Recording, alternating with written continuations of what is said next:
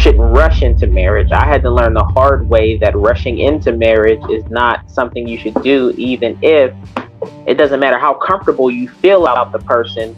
I think there needs to be some deep. I think there needs to be some deep work that gets done before you decide that you want to put a ring on it.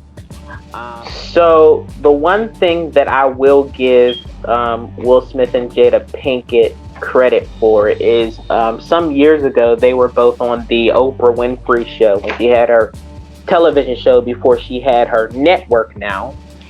And one of the things that I think it was Will said was that when they first got together, they did what they call a marriage business plan. And Daddy never told us really what type of world you guys came from. Yeah.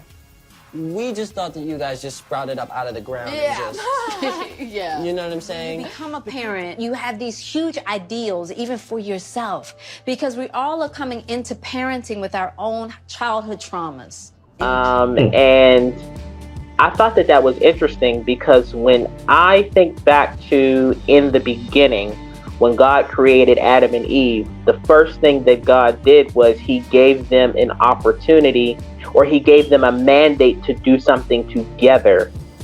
Be fruitful, multiply.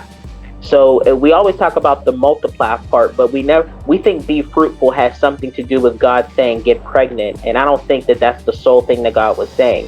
Anytime you see fruitfulness in the Bible, it talks about being productive. And so what God is saying to Adam and Eve is, don't just reproduce. I want you all to be productive in the earth. I think the problem is that when people get married, they don't have a solid conversation about how they can be productive together. I think that that's why when you're single, one of the things that you should be doing is focusing on what God called you to do. When you focus on what God called you to do and you become clear, and I'm not saying that everything will be clear 100% up front, but when you become clear about what God has called you to do and what your purpose is, what happens is that you get to a place where you will be able to kind of discern exactly whether or not somebody that you're dating or courting is really for you, because you're clear about where you're called to go. So if you're clear about where you're called to go, it makes it easy to have a conversation about how you both can be productive together. A lot of people would probably say, I don't know if you ever heard people say, there are a lot of people that have said that we were together, we were fine, everything was good, and then we ended up getting married and everything ended up falling apart as soon as we signed the paper, and that ended up changing things. So if that's the case, or if that's even true, why even get married? Why not just maybe go into a committed relationship for some time, and then if it doesn't work out, you don't have to worry about the divorce rate.